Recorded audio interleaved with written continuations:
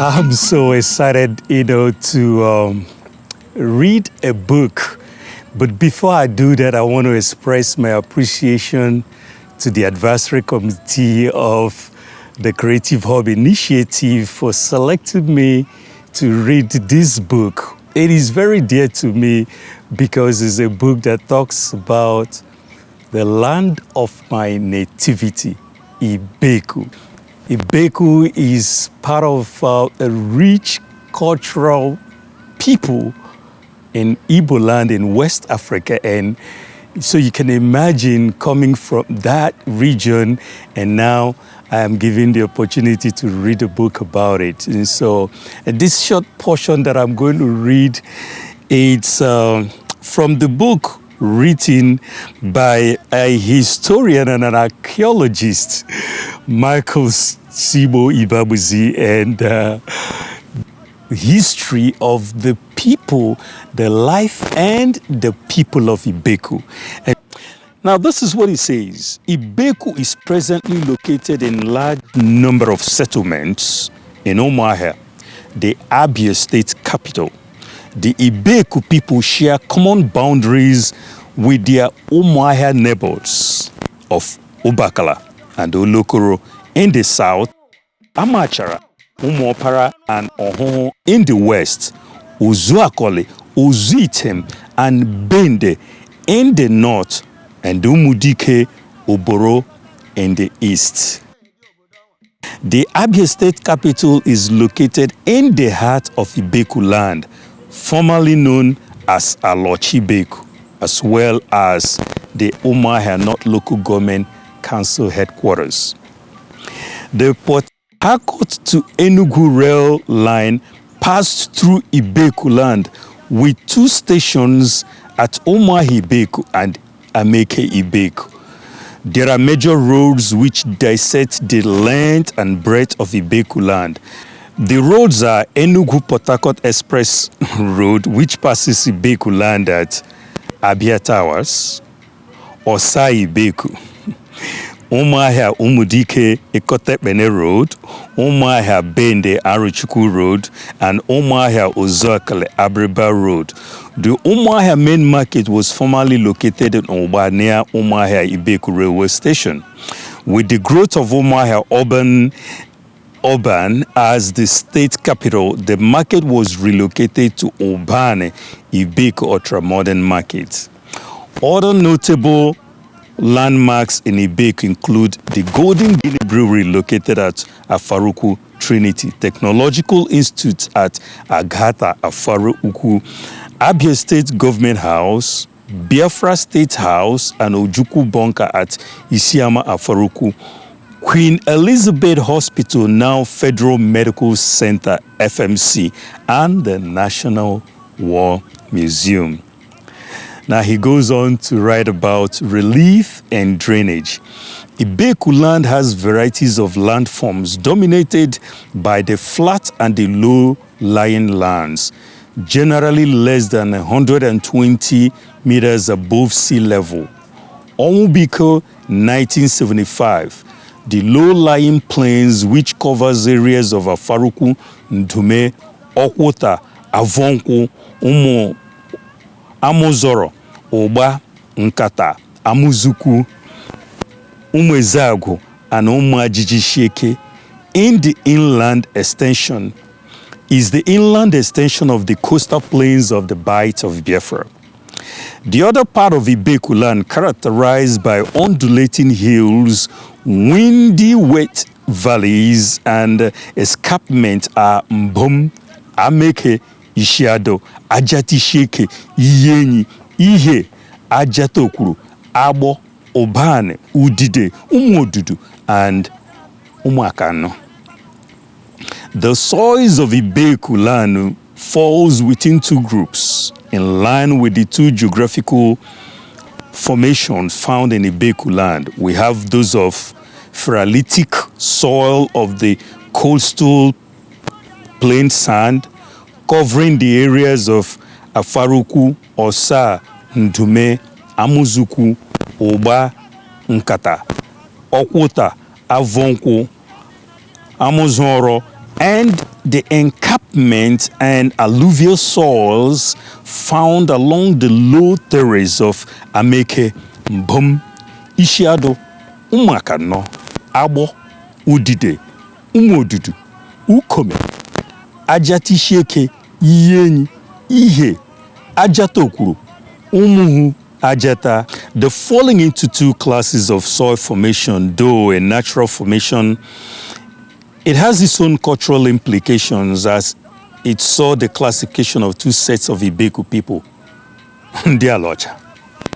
Those in the plain whitelands and Ndoro.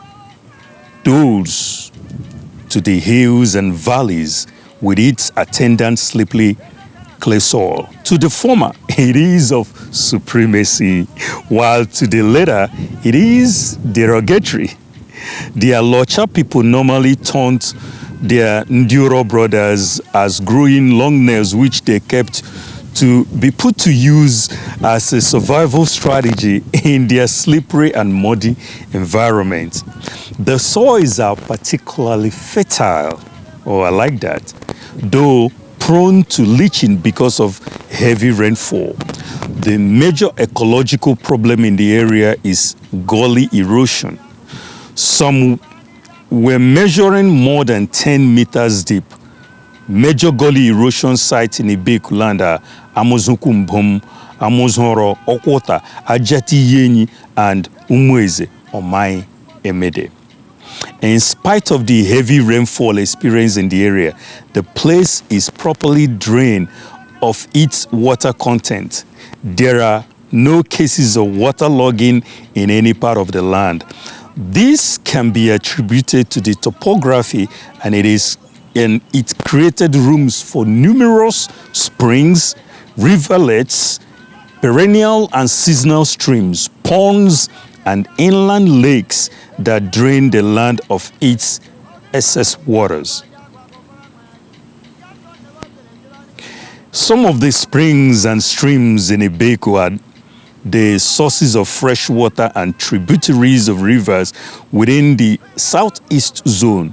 Iku, with its source in Amozuku, traverses the valley of Mbom, Abo, Udide, Umodudu, down to Umire, emptied its content at Imo River. Omayemede, which had its source at Ugunchara, Umweze, and Emede Uru, also descends the hills and valley of Emede and join Iku near Umure. Ero, this is another important stream that supply an all-year-round fresh water to many parts of Ibeku land, such as Umajiji, Ihe, Ajati Yenyi. It has its source at Avonko. At Amozonro, the source is known as Omo. At Okwota, Iyi, Nwoba. Ero empties in content at Inyangbende, which is a major tributary of Cross River. Une.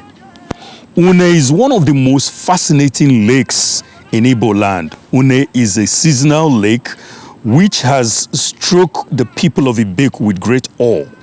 There is a mystery surrounding Une. Story has it that the past that there is a particular tree in the middle of the lake which someone had mistakenly gone to cut down at the peak of the dry season. When he struck the tree with his machete, the tree screamed aloud, "Umajiji!" And blood was gushing from the spot the machete cut into the tree, located at a place called Nkune. The lake usually dries up at the peak of the dry season, and the rich beds are used for dry season farming. Une marks its boundary with Ntropa trees. During the rainy season, water begins to gather from across the higher areas and around the area, thus forming an inland drainage. These, with increase in rainfall and inflow of water from the surrounding highland, the water on the lake begins to rise, covering a large expanse of the land. During this period, the lake becomes a beehive of activity. It is filled with marine life such as crocodile, turtle, fishes, birds of different species will be seen on the lake. These aquatic animals are not killed by the Ibeku people because they are believed to be associated with the marine and spiritual world that dwells on the lake. During the month of September, when the water in the lake has reached its peak, it normally crosses the Umuahia Bende Road at a lower spot between Umuajiji and Nkata to empty its excess at the Ehimiri at Okwota. The exact time that the Une crosses the Umuahia Bende Road is never known till date. This is because Une only crosses the main road on the dead of the night, usually during a heavy downpour, not minding the volume of water on it. People will only wake up to discover that Une has passed the road and will recede back to a lower level to form a lake. When this happens, the story will be Une Felozo. The edible leaves of the Ntoropa trees, which are usually soft, however, once it drops into the waters of the lake, it hardens, making it unusable. Thus, care is taken not to allow the leaves to drop into the lake. This is the much we can take now, and like we say, this is from the book about the life and the people of Ibeku. Thank you for watching.